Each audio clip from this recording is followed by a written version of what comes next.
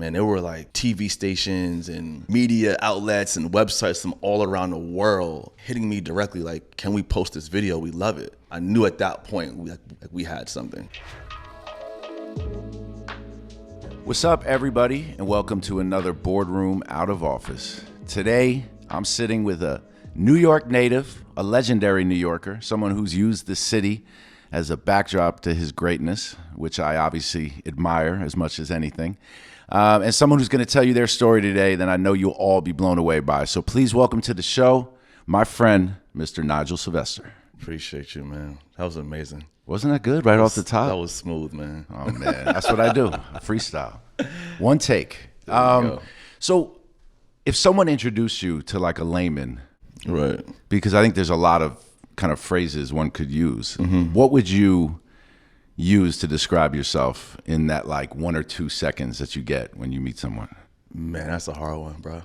But do you go BMX biker or you? Definitely, it would be he's a professional BMX athlete. That's what you would say. Yeah, that's what I would say. I respect that. I like that because I think sometimes people that have so much that they do, these entrepreneurs or talent that goes on to build an entire enterprise, like to list off like, nah, you can't even call me a BMX biker. And it's like, no, it's okay to of course, to rest on like what it was that opened up the world to you. Of course, and like at the core, that's what it is. Yeah. Like I still go outside and ride my bike and have that feeling, right? Like I get the energized, I get the adrenaline rush when I'm on my bicycle cutting through traffic, going like up the wrong way, something like that. So only you can do that, bro. No, it's amazing, bro. Like, I love it. It's your paintbrush, it's your microphone, it's everything. Right. It's everything. It's everything, man. It's sometimes the actual canvas of like what I want to create. Yeah. It's literally an extension of myself. And even like, we'll get into all of this, but even coming into this interview, when I asked like, where you had been, you were in Barcelona and Miami for 2 different brands. And yeah. I think about this a lot as it, relates to my relationship with Kevin and being his manager and thinking about where basketball has taken him all over the world. And it must just amaze you still to think about like from the moment you first jumped on that bike till now going to shoot cologne campaigns in Barcelona and tequila activations in Miami, and you was just jumping on your bike. It's crazy, man. So I was in Barcelona. We shot this cologne campaign, and I was actually taking a bubble bath in the hotel, and I was thinking about life, and I was like, wow, like I literally manifested all of this. Yeah. Of course, by the grace of God.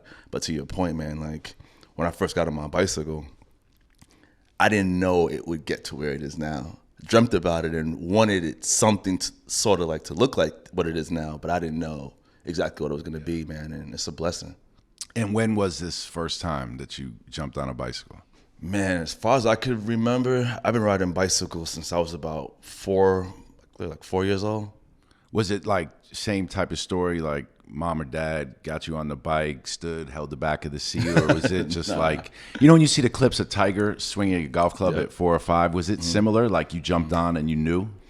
Mom and dad weren't there. Okay. Mom and dad was at work, working.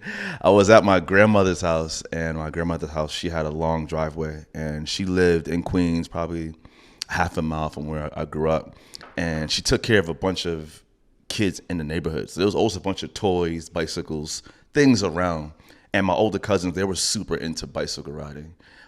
So they had like those really dope GTs and dynos with all the colors and the mags. And I was always like in awe of those things. So I remember my cousin was in the driveway fixing his bicycle, and they had a little 3-wheeler that was in the driveway. And for some reason, I don't know why, I got on it and I started pedaling as fast as I can. And while I'm in the driveway pedaling like the 3-wheeler around, for some reason I locked up the front wheel because the pedals of a 3-wheeler is on the front wheel. Yeah. And when I locked up the front wheel, the back of the 3-wheeler kind of drifted around. And my older cousin was like, "Oh shit, do that again." Don't you like caught up? Right, he thought I did it on purpose. I just did it just to do it because I was just having fun, and I did it. And then he was in such awe. He was like, "Man, like." I keep doing that, and he set up these cones around the driveway, and I remember like days later I was just like in my grandmother's driveway doing drifts on my 3-wheeler around these cones, and I think that's the moment I fell in love with bike riding. You know why that's crazy to me? Because sometimes it's like and I'm sorry if I make these analogies at times to Kevin, it's whenever I talk to someone who's the best at what they do, I always find that there's so many similarities. And it's like you get to the top and it could be a bike or a basketball or a paintbrush, but it feels like there was something that you got out of the reaction. Right. More so than the bike, that you were like, I just want that feeling. I want to make people feel that way. Was it that a bit? Definitely, because at that point in time for me, it was proving to my older cousins that like I can be cool and I can be down with them, you know. Yep. I feel like every like young kid, you want to hang out with your older siblings and whatnot.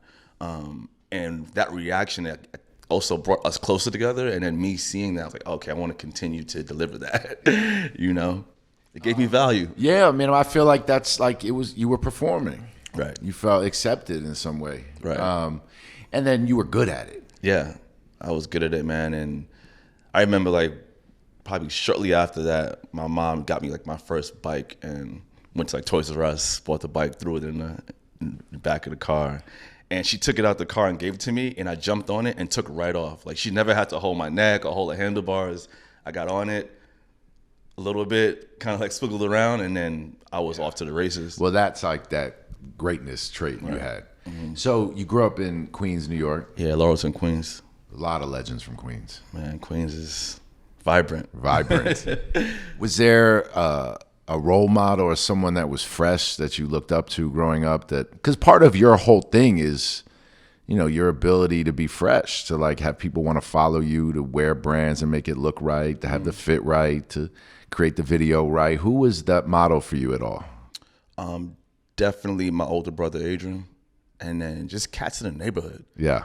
Like some of his friends, and you know, we had like those neighborhood legends, you know, whether they had like the dope cars or the dope bicycles, or they dressed fresh, or they were just the best at what they did. Just how they moved, right? They just moved like with like a certain aura, you know what I mean? With it's basketball or football, or they could run fast, or they can rap, whatever the case is. Like, no, we all have those like neighborhood legends in our, like where we come from. So I had a bunch of those as well. There was a lot of those. It was like, it could be the man or the woman that walked in the bodega with confidence, right? With a different level of confidence, and then all of a sudden you got fixated on that person. And I see some of those people in the city that I knew growing up that I would play ball with, and I see the way they are, and it's like you can't forget that connection you had to like someone young, like when you were young, that you looked up to. You don't, man. I remember this one dude, his name was Jay Bird. And he just had like a really big personality. He was good at ball, and like he walked into the room, he just owned it. You know what I mean? I was like, man, that's dope. Yeah, he like was at that time, legends. You wanted to be Jay Bird for a minute. Yeah, for a minute, definitely. Yeah, who didn't? You know, exactly. What I mean? One of those things. So you break off from Toys R Us, and then what is it like? The thing where like the hooper never lets go of the ball. Did you just never get rid of your bike? Man, it was always there. Like always. Like each summer, had to get a new bike, or whether it was like getting a hand-me-down bike, just always around bicycles, right? Because growing up in Laurelton, right, if I wanted to go to the park, I wanted to go meet up with my friends, the quickest way there was on a bicycle. So it was like, always had that. And in between those moments, right, whether I was riding to the basketball court, or riding to my friend's backyard to like play ball, or riding to the park to play football, or going to the corner store, it was always on a bicycle. And in between that journey, right, in between point A to point B, I'll hit a curb cut, or I'll pop a wheelie, or try to go fast as I can, or ride with no hands. It was always a thing, you know? And did people start to be like, oh, yo, there's Nigel again? Eventually, yeah. Eventually, because most kids in my neighborhood had a bicycle, right? When you think about the bicycle, it's a rite of passage in a sense, you know what I mean? Like at some point, most kids ride a bicycle or have one. And so everyone had a bicycle. But when I started to do tricks, right, like make little ramps, like I'll take an old tire and a board and I'll set it up and I'll go back as far as I can and I'll pedal my ass off and try to get as much air as possible. When I started to do those type of things, and people would be like, okay, cool, like you're actually taking this serious, or I'm trying to pop a wheelie a whole block long, not just a couple car lengths, but like a whole block. People started to notice like, okay, cool, like we get it. And did you have like a crew with you that you was like, somehow gathered around you and followed you through the hood a bit? Yeah, man. Like, actually, I was always the youngest kid in the pack. Oh, for real? Yeah. Oh, so there was a bunch of these guys in Queens that you rode with? Yeah, around like when I was probably 11 around there, like 11, 12 years old, like I started to find other kids who rode BMX in that same way. Because at that point, I could really leave the block and go do my thing. So I would go to like, not the park in my neighborhood, but the one a little bit outside of it, per se. You know what I mean? I started to meet these other kids who rode bikes, and they were all older, and they were nice. You know, at that point in time, the definition of nice, like they were nice. And I would take what I would learn from there and bring it back to my block, and people would be like, oh, okay, like you're starting to get cool here. You know what I mean? It's starting to be a thing. So that's what that was about. And were mom and dad like, what are you doing now? Like, was enough with the bike, or were they aware that you had some kind of gift, you think, early? They weren't aware early. They knew I had a passion and a love for bicycle riding, but I don't think they knew it was an actual gift until way later on, you know? But they would take me to the skate park. I remember there were probably like 2 or 3 times they took me to the skate park, because the skate park was far. You know what I mean? It wasn't close, right? Like, we had a park in Owl's Head Park in Bay Ridge. The other one was Mullally's in the Bronx by Yankee Stadium. And then the third one was 108 in Riverside, had a skate park. So think about the location of each of those parks from Laurelton, Queens. It's a mission. Is there more now? Is there more access? Way more now. They pop up everywhere now, which is amazing because kids have that access now. Yeah, for like biking and skating, right? Yeah, everywhere now, which is dope to see. So they took you. They knew you had something. I mean, if you're really, really good at something and your parents identified that in you, they probably were like, well, let's see. Let's see what this is. They were like, we'll take you just so you can stop bugging us about it. Yeah, exactly. I would like be on them, like, please take me to the skate park. I need to go jump on this ramp. Please, please, please. So like they took me and they made sure I had a decent bike each summer. Like, they didn't buy me the best bike. Yep. But they'll do what they can, and which I'm forever grateful for. Do you remember a time in which you started to see it as, all right, hold up, what am I doing now? Like, with this gift, with this ability, and, you know, that feeling that I'm getting from people, that they're reacting. And when you said, all right, I got to turn this into some type of business, because competing was never what it was for you, no. Right? Which I was amazed the first time you told me, but you're a showman. So at some point, did you say, all right, let's get out of Queens. Let me take this bike now and see what else is out there? 100%, man. That came around, I had to be about like 14, 15 years old. I believe it was like right when 10th grade started. So it's around like, that's how I kind of keep track, is like the grade, you know? And I actually met this kid who also rode bikes, and he was from like a neighborhood over. He was from Cambridge Heights. So I grew up in Laurelton, and he grew up in Cambridge Heights. And he put me on to what was going on in the city. Because at that point, I wasn't really coming to the city to ride. I wasn't coming at all. I'll go to the skate parks, and I would just stay in Queens. Like, I didn't jump on a train or anything like that to go to the city yet.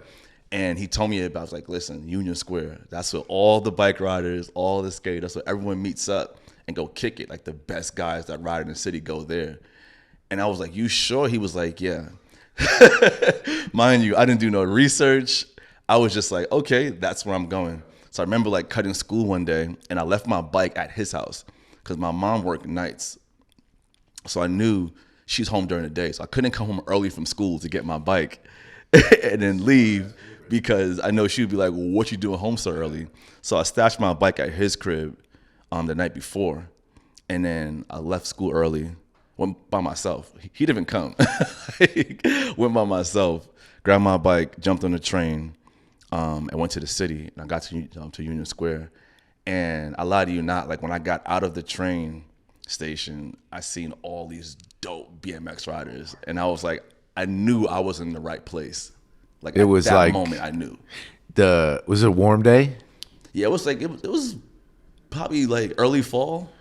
So people were out, right? People up the ramps. What's it called? The sprinklers out? Sprinklers were out. They had, and like they used to put like little a plywood on the stairs, and they'll like use that as the ramp and go up the stairs. And I met some of the dopest BMX riders in New York City that night. And did you just make that home then? 100%. It turned into home the second I got off that train station and seen those guys. Did you go back to school? Yeah, I went to school like the next day. Okay. I didn't know if that was really it. But as soon as school was over, you went right into Union Square. Yeah, it was my thing. And like on the weekends, days off, summertime, I was literally like in the city at Union Square or in Brooklyn hanging out with those kids. Wherever they were, I was. And that's when I really like started leaving Queens like all the time. And was there greatness in Union Square? Were there 100% some of the best bike riders in the world? All in New York at that time. Right. In New York, bro. Like, because some of the best BMX riders to ever touch a bicycle come from New York City. And those guys were at Union Square, like perfecting their craft, practicing, chilling, hanging out. It was a chill spot. We did everything there. We ate lunch there. We ate dinner there. We rode, talked to girls, like all of it. Like, I learned so much about life being at Union Square for all of that time. You know, I just walked through there and almost probably got hit by that bike every fucking summer. I'm sure you probably did. I was always in there like, man. We was out there, bro. Like, spent so many hours there. And were those guys competing, or what were they doing for their career? Were they just loving it? Just loving it, man. So like with action sports, that's different than traditional sports, right? A lot of dudes compete, X Games, things of that nature, and a lot of dudes don't. It's really about just creating video parts. Right, like compiling content and video clips over a span of, it could be 6 months, 8 months, a year, and then you'll take that video part and put that out, and that's how you're judged amongst like your peers in the industry. That was always the way it was? Always. When did that era get birthed? Because that's like this has to be not pre-internet. This is when this is pre-internet. This was like dudes were creating video parts and putting them on VHS tapes and DVDs. Like, wow. my first video part was on a DVD. You know what I mean? This is pre the internet being with the internet. And what, it was all like grassroots distribution? Yeah, it was like through like mail orders. If you buy a magazine, it'll come, like the DVD will come with that. Or if you buy like a bike frame, sometimes it'll come with that. Or like the bike company itself would just sell them on like their websites or in their like magazines. But brands like they are now with you weren't around it then. No, it wasn't like that. Some of it, right? So you had brands like some of these energy drink sponsors. They were sponsoring guys because they were in the action sports world. Certain shoe brands were sponsoring guys. Skechers and like right, Monster, those type of brands. Things of that nature. Even brands like Etnies or things of that nature. You know what I mean? Like they were sponsoring guys, but it wasn't how it is now. There was no tie to hip hop culture in New York at that time, right? Or was there? It was, man, because in like the video parts, they had like every video part has music. Got it. Okay. And the dudes I was looking up to, they were riding the hip hop music. You know what I mean? Like if we weren't on our bikes and we were just walking, you'd think like, okay, these kids are just hip hop kids. Yeah. Like it was that energy that got injected into. And BMX. even in the '90s, those videos too. Yeah, man. And what was the West Coast scene like? Because I always imagine like Venice Beach. That's where so much of that shit was happening. And people still do think it's like that, but it's so different now. You know, even on the West Coast, it was a very similar thing. It was a very, very similar thing because what happened was, again, a lot of dudes rode skate parks and whatnot, but a lot of guys didn't have access to those skate parks. So kids like me growing up in the city, if you live that far from the skate park, you can't go there every single day. So with that, the birth of street riding came along. So it's like, okay, whatever's out in the street, that's what we're going to go ride. That's the course. Yeah, the stair set, the ledge, the bench, that's what turned into what we used to ride. And we still do ride, not used to, we still do ride. So that video, the first video that you did, or the first video has 20 some odd million views to now, conceptually, you were doing that always. The idea of like riding through neighborhoods, cutting in and out of people, jumping over things, getting hit this close to getting hit by a car. Right. So you were doing all that, and that became like that next evolution of what it was to be making this your life, Colin. Right. We've been always doing that forever. And then what kind of happened? When was it? Social media? Was it like just YouTube? Was it a birth of that era that then kind of like signified that you were now going to take what you had been doing, getting paid for these niche DVDs, and that production with Victor Cruz and everything that you did was like, to me was like a theatrical. That was like a theatrical release. That was the thing. What went into the whole prep and the whole thought behind it? And if no one's seen that video, they have to watch it. It's still. I had seen it so many times in the past, forgot, watched it earlier today, and you're still on the edge of your seat watching you go through the city. It's a classic, man, and there's so much that happened in between, like me turning pro and that video happening, right? So I turned pro when I was 18 years old, right? So I was really young. So that's like 2004? 2005, I think it was, 2005, right around there somewhere. 2006 maybe, around 2005, 2006, I turned pro. And during that time, for me, it was really about establishing myself as a professional BMX athlete. So going out there doing like the craziest things I could do on my bicycle, just from a trick standpoint, right? So we're traveling the world, literally going around the world, grinding rails, grinding ledges, jumping downstairs, like all over the world, doing like the craziest tricks. And in between that, right, on my 19th birthday, broke my wrist, and that was also a very like life-changing moment. Reason being is, I discovered that my professional career as a BMX athlete can be way more than just doing bike tricks. I can actually brand myself. I can actually do all these other things off of my bicycle. So the injury, which was that your first real injury? My first real injury, yeah. And was it the time away that allowed you to see that? So it was the time away, but also I had met this dude in my neighborhood. His name was Baby. And I met him at the bodega, just like randomly. I went to go get a bag of chips. So I'm on my bicycle, like one arm in the cast, like cast up to here. And I'm riding to the bodega, ran into him, and he was like, "Oh yeah, like you're A's little brother." Like they call my brother A in the neighborhood. It's like, "Yeah, like I heard you went pro and all these things." Like, "Yeah, I just signed to Nike. I just signed to Miracle Bikes. I signed to both of those brands at the same exact time, which was incredible. Came out the gate like on a whole nother level. I was like, "Yeah." He was like, "Oh, word." He was like, "Yo, like you have a manager?" I was like, "Nah, I don't know what a manager is." You know what I mean? He was like, "Listen, I'm gonna start working with you." I was like, "All right, cool, no doubt." So he started to show me kind of just like the lifestyle part of the business, because he worked in music, so he knew a lot about like that whole world. And he started to put me onto different things. And we worked together for say less than a year. But during that time, he taught me a lot about branding, about marketing, about working with brands and whatnot. So I'm coming out the gate, I'm riding, doing my thing. I get these sponsors out the gate. I turn pro. I get injured. I meet him. He introduces me to this whole nother side of like the business and about being an athlete. And I take that and I go off on my way and start to build my brand and do all these other things. So this dude from your neighborhood, basically, right? And he obviously was in the mix a bit, but he was the one that you could point to that opened your eyes to the fact that this was bigger than these DVD videos and bigger than this niche community. 100%.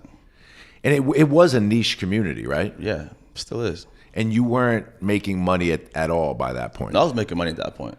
I was still living at home, but I was making money. What was it? People were paying you like come over to Paris and bike here or fly different places? No, so I signed with Nike and I had like a multi-year deal at 18 years old. Got it. And okay. I signed with Miracle Bikes and had a multi-year deal. You know what I mean? Like, so I was on like an actual like annual like income from these by brands. 18, 19 already. By 18 years old. And they were paying you as a sponsor to go and travel, do tricks. There was no competitions ever. It was always just about be Nigel Sylvester. About doing my thing. And how was the footage getting distributed at that point? Just DVDs and yeah, it was mostly like DVDs. And then you get hurt. You see that it's bigger than that. Yeah. And when you get back on the bike, what changes? What starts to happen then? I get back on the bike and I'm more hungry than ever. I feel like I never got an opportunity to show people why I turned pro. So then when you get back on the bike, what was the shift in mentality or thought process approaching everything you were doing? I wanted to go as hard as possible, you know, because I feel like I didn't have a chance to really show people why I turned pro from the point I turned pro, you know what I mean? So it was like super locked in on riding and making sure I'm dropping like hammers on a bicycle, but then also thinking about the business side of it. Like, how far can I take this thing? What other brands can I work with? What other opportunities can I manifest? Yeah. Well, it's funny. This has me thinking. I always try to find parallels. It's just like and take everything that people like you that have been great at something say, and then like think about, like I told you, what it is that that drove you, because you have to work. I'm sure the hours you put on this bike were like unworldly. People can't even imagine. And when you were hurt, it was like you were missing that that reception that you got as a kid. Like, people weren't giving you that same feeling. You weren't getting that validation. And when you got on the bike, you knew what it was like to not be in your life in the same way. On top of it, this guy gave you this like motivation that this was bigger, like this was a lifestyle. But did you feel like that? You got back on the bike and it was like, I can't not feel that way again. Yeah, man. Like, I wanted that feeling for sure. But beyond the validation from others, it fueled me. Like, landing a trick is probably the best feeling for me ever. You know what I mean? Like, putting my mind towards something, saying, bet, I want to go out and I want to grind up this rail and do a 180 bar spin out of it. Visualizing it, getting to the spot, doing that trick, whether it takes one time or whether it takes 100 times. But when I actually land it, that's the feeling that like feels like nothing else in this world. That's the maniacal shit. I saw the Tony Hawk documentary. Do you see it? No, I haven't seen it yet. He did a trick over and over and over again. He kept falling, and he was only like minimal pads on his elbows and knees. Body blow after body blow, but he couldn't stop. Have you had 100 takes where you're busting your ass, but you know you can't stop? 100%. Like, there's been times where I've traveled back and forth to LA multiple times to land one trick. Why? Like that? Because I love it. And the rush you get from landing the trick? Right. That it's the rush you get from landing the trick. For me, it's if I put my mind towards something, I have to accomplish it.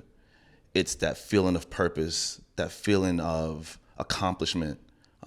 It's all those things. It's me wanting to be one of the best to ever touch a bicycle, and knowing that I have to go land this to accomplish that as well. So if LeBron and MJ can't ever have it decided who the greatest ever is, and we have stats and championships and games, what is the credential like for you to feel that way? For you to say, I want to be the best biker ever? Is it the talk? Yeah, it's the talk. It's the body of work. Like when it's all said and done, right? Like when someone goes back and look at my body of work from even before turning pro to when I'm done, like that right there is gonna be the resume of why. I get it. I get it. Like, yeah, because like I don't ride contests, I don't have gold medals, all these things, right? But there's so many other things that I've been able to accomplish, right? And like the impact itself, that goes way beyond a gold medal or riding a contest or anything like that, Is it a diverse sport?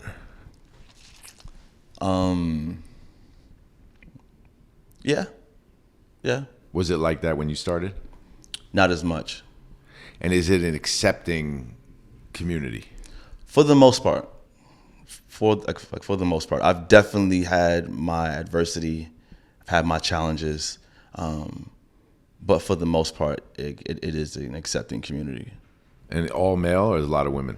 There's a lot of women riding now, which is dope. That's good. That's new. Yeah, it's definitely new. And they're dope. Yeah. Like, they're doing dope tricks. Like, they're like pushing the bar. Whole different swag. So back to this GoPro video that I was talking about. So now you're back on the bike. You've started to show the world who you are, and it's different. You're going with more energy. Was this one of those inflection points? Do you feel like your star went to a whole other level after that? Yeah. So like you're talking about the Go series. So the Go series was definitely a moment where the trajectory of my career changed. Because prior to that, I was pro for, say, 8 years prior to releasing the Go series. And I used all of what I learned in those prior 8 years. Everything from bike riding, things I knew about marketing and branding and about my audience. And I put all of that into the first Go film. And what it did was it created accessibility and an access point for people to interact and enjoy my brand that didn't ride bicycles. You know, because I realized there was a big part of my audience that didn't ride bicycles. Like they were into what I was doing, whether they liked the sneakers I was creating or certain collaborations I was doing or some of the other content I was creating. They enjoyed my brand for that, not necessarily because they knew what trick I was doing. So I was like, man, like how do I continue to service my entire audience? How do I continue to entertain? I need to create a piece of content that allows everyone to have something in there that they can enjoy and speak to, or that's my favorite part. And that's how the Ghost series came about. And like that first video we shot in New York on a shoestring budget, literally. We had maybe a few $1,000, if that, and we blew the whole budget on the last shot, which we had to rent a helicopter for. The rest of it was just favors that we asked for. And that video, man, it went viral in a matter of days. Man, there were like broadcasts and TV stations and media outlets and websites from all around the world, like hitting me directly, like, can we post this video? We love it. And I was like, okay, we got something here. I knew at that point we had something. And you just shot that with the GoPro on the bike? We shot it with a Sony action cam. So at that point in time, I was signed to Sony. Okay. And they had just released this small action camera, which was like the rival to GoPro. Oh, rival to GoPro. Yeah, so let's clear this up. This is the Go series, no GoPro plug for GoPro this one. GoPro was not involved GoPro, you did not see the vision that Sony saw. Sony seen the vision at that point in time, and like they seen the vision in me as an athlete. Yeah. I keep it 100. Like they didn't actually see the vision of the Go series at that point in time, but they seen it after the success of the first one. But I shot it all on the Sony action cam, and we just put it on YouTube. We had no marketing strategy behind it. It was really just like, I'm put it on YouTube and see what happens. And that thing ran up so many numbers, man. And like you said, now it's over 20 million views and counting. And it's something that people can still watch and be like, oh, this is one of a kind. Yeah, it's you know insane. What I mean? That's like your, have these moments throughout your career that, I think about when they induct someone into the Hall of Fame in a sport, and there's like a clip that has to run, or there's like they read out all the MVPs you won, and like without question, that video will be like next to you in the Hall of Fame. And it embodies like who you are as someone that's gotten to know you, right? Like it's New York, it's your tie to sports, it's your tie to culture in general. It's that kind of, a 101, somebody that could do something that really like is what like stereotypically people say in New York is like, oh, there's a crazy ass bike rider weaving in and out of traffic, and you made it this beautiful piece of art. Right. And to me, that's like the difference between you and a lot of your peers, and why everyone in our office knows who you are, but everyone would point to something different. And that's what I think is like, a rare thing about you. But I could imagine that for you, it's like you want to remind people all the time, like, hold up, this got me here. Like this bike got me here. 100%, man. Like that's something that is at the top of my brain all the time, is to keep that bicycle at the forefront of everything I do. There's so many things I do that I'm off my bicycle nowadays, but I want to make sure people know that the bicycle is what's got me here, right? Like the dedication to perfecting my craft, at being one of the best to ever touch a bicycle, to leave a mark, not just on BMX, but the sports world in general. Like I look at it that wide now. And I think you have done that. And now it's like this era of your life is adding to it and cementing it, you know what I'm saying? And continuing to rise, up the ladder where you are talked about with elite athletes from their respective sports. Right. So back to the instrument, the mic, the paintbrush, all the things, the actual canvas, like we talked about. Have you rode one style of bike your whole career? Yeah, it's pretty much been like my BMX bike, which is a 20-inch bicycle. I've rode other bicycles, of course, because I just love bicycle riding, but that BMX bike is my main tool, and still is. And I saw a video that you did, I think with Uninterrupted, where you talk about how like there's really no extra shocks or any protection within the bike. It's like as bare bones as possible, right? Yeah, my bike's about 24 pounds. There's no brakes, no bells, no whistles. Like it's it's just everything I actually need. There's nothing extra on my bicycle. Don't wear pads, none of that. You never wear pads? Nah. Helmet? When I was super younger, I used to wear certain things, but nowadays I don't. Yeah, I guess it wouldn't be as dope seeing you rolling through the hood with a helmet. Yeah, all of that just wouldn't be fly. How bad have injuries been? I get asked this question all the time, and so yeah, fuck about my broken wrist. Beyond that, it's just been like nicks and bruises, sprains. But other thing, right? It's not just like, okay, he doesn't get hurt. No, it happens. My shins are chewed up from like the pedals hitting my shins. But when I say like I love bike riding, I literally love it, and I work at it so hard. Like I do train and practice like nonstop. It's what I do. You know what I mean? Like I said earlier, like I would fly around the world multiple times to land a certain trick because it's that important. You know, there's certain tricks. I was the first bike rider to ever do those tricks. Yeah. And that didn't happen by accident. It took a lot of hours, right? They say like you have to put 10,000 hours in to see any kind of success with anything. Yeah. I felt like I've put 10,000 hours in 10 times and still counting. You know what I mean? Because it's that important to me. It's amazing, and you still love it the same. Like, yeah. Did you bike here? No, I drove here, but it would have been dope if you were like, hell yeah.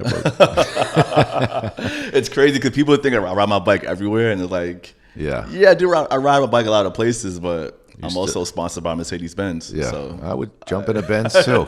Well played. Good flex, baby. That's a great flex. What happens when you go back home now? It's love.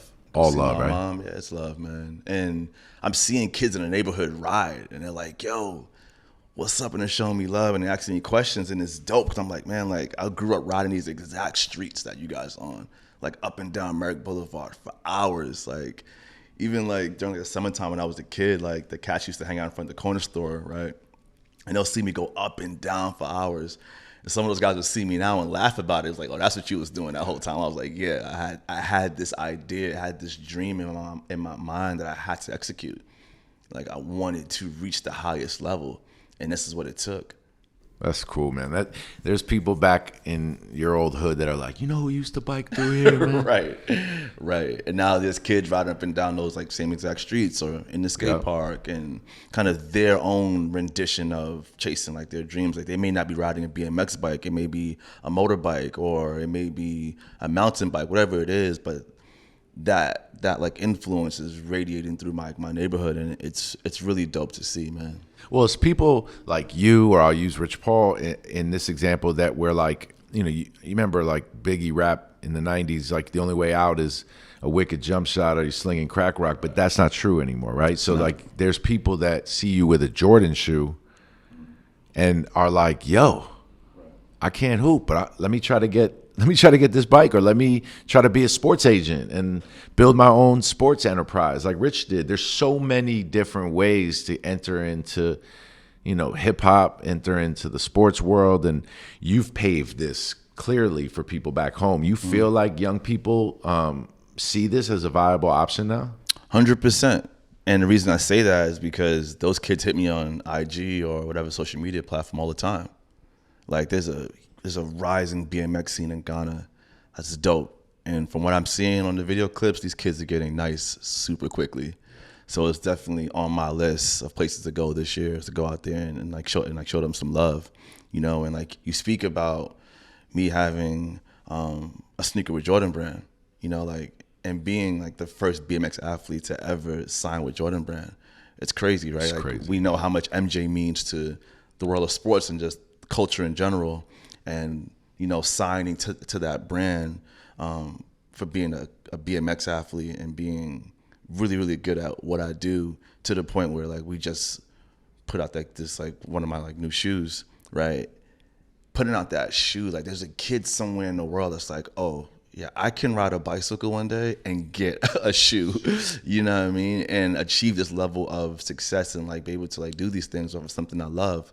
And that's important, man. Yeah. It's super important. It's incredible. So, and I mean, Jordan, Mercedes, you said two elite ones, but I remember last time we met, and we talked about a lot of the brands you were working with, and I was like, damn, I'm jealous of this motherfucker. Give me your portfolio again. Right. So Jordan brand, Mercedes-Benz, Specialized bikes, Montclair, Smart Water, Nice. Ethica underwear. A new cologne. Oh yeah, that's just a one-off partnership. Yeah, but I mean, it's still super fire. Exactly, man. It's super fire. I mean, it's fire. It's a cologne brand called Azaro. You do like tennis player deals, like Roger Federer, Coco Gauff, Serena Williams. Like that's what I think is so incredible. Like the brands, Mercedes, Montclair, they surround themselves with greatness. Jordan, PlayStation, Xset gaming company as well. Yeah, it's an amazing roster of brands that I work with. I don't think I'm forgetting anyone, but it's an amazing roster of brands I work with. And for me, it's not just, I have these amazing brand partnerships. Like, it's a testament to my dedication to what I do, my vision. And also it's an amazing opportunity to work with these brands and get my ideas out. You know what I mean? Like these are some of the biggest and best brands in the world, and they see the value in me. I see the value in them, and it's a true partnership. You know, it's not just like, oh, let's slap our logo on you when you do what you do. And it's not just like me signing up, taking a check. Like, no, I challenge these brands every day to do the right thing, or to like for us to continue to progress in like the right way. You know? Well, and it's got to make you feel good because clearly Mercedes wasn't like, let's get in the BMX space, you know what I'm saying? So you transcended it to this like place where they see you as someone that can impact their brand globally. And that's a testament to your work, man, and to your style, and to your big brother's freshness as a kid, because you clearly like watched it. And it's always about watching influences and then making it your own. And I'm sure there's a ton of young people that are like, yo, I'm doing the Nigel, like I'm pulling this joint off. No, it's fire. Someone actually posted a video of their daughter on a bicycle in a pair of Cement 3s and was like, this is influenced by you. And I was like, man, like when I see things like that, it's like, okay, it's all those long hours, right? All those bruises, all of like the pain, both literally and figuratively, to get to this point. Seeing that makes it worth it, you know? And in the future, some of the things I remember you talked to me about was wanting to create an experience, something that was an embodiment of all the things you love, and be able to bring that back to your sport. We just teamed up with Rimowa, and they're creating me a one-of-one bike travel case. So this is the first Rimowa travel case ever, and it's sick. It's sick. The bike, what, folds up? So I take my bike apart and I can put it in the bag. So for years I've traveled with a travel golf case. I repurposed a golf bag pretty much almost my entire career to travel with my bike, because there hasn't been any like really dope options for like a bike case. So I teamed up with Rimowa. We've been talking about some stuff, and this is one of the projects that's coming out of the conversations we've been having. I got a chance to literally like sit with the Rimowa designers and talk about my needs, talk about my wants, and we made this bag, and like it's so dope because it looks futuristic, and it has like the classic Rimowa like rigid aluminum, and yeah, it's something I feel people are gonna like really like. Is it for sale or like a one-on-one? No, it's a one-on-one for me. Amazing. May is National Bike Month, so we're going to do a bunch of things with my foundation, Nigel Sylvester Foundation. One being we teamed up with Chase Bank, and we're launching. Look at that. Another one. Right, another one. And we're launching a financial literacy program in Springfield High School, which is a high school that's in my old neighborhood. Amazing. So it's a 4-week program for seniors about to graduate and go into college to teach them about cybersecurity, teach them about bank accounts and credit. So Amazing, I think that's bro. super dope. Because you know what's crazy? Like so many interviews, sometimes you hear people say, how come school didn't teach us the things we actually need to know? And I feel like that was one of the ideas that sparked this collaboration between the Nigel Sylvester Foundation and Chase. Was like, man, let's actually give these kids something they can actually use now and the rest of their lives. Without question.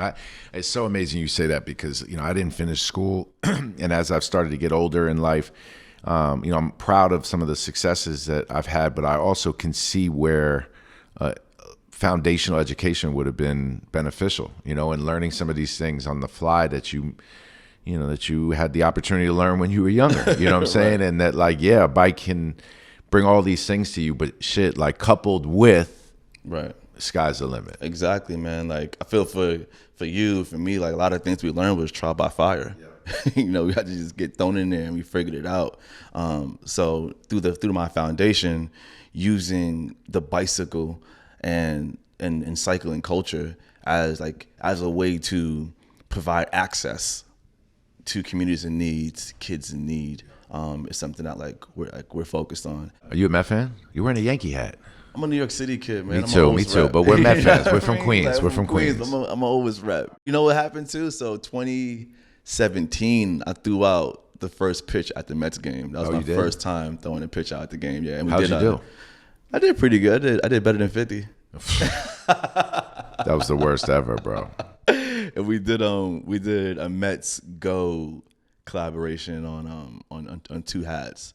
Oh, that's cool. So that's pretty cool. Took out an opportunity to ride my bike on the field. Shot in the stadium. It was pretty dope. That's dope, man. Yeah, it was fire. Shout out to the Mets. Shout out to the Mets. Yeah, Queens in the house. Oh, Queens is definitely in the house.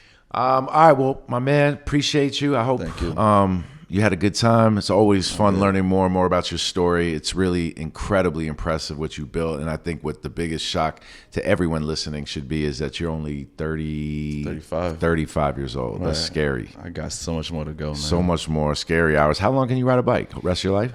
I mean, yeah, people ride for entire lives, man. Yeah, well, they don't ride it with no hands in between traffic, though. They ride it to the store. I mean, yeah. I mean, listen, like, I may not be jumping over cars and whatnot when I'm 60, who knows? You know, like, medicine and science nowadays is going through the roof, so who knows? But that classic line of ride till the wheels fall off, that's you. That's what I plan to do. That's me all day.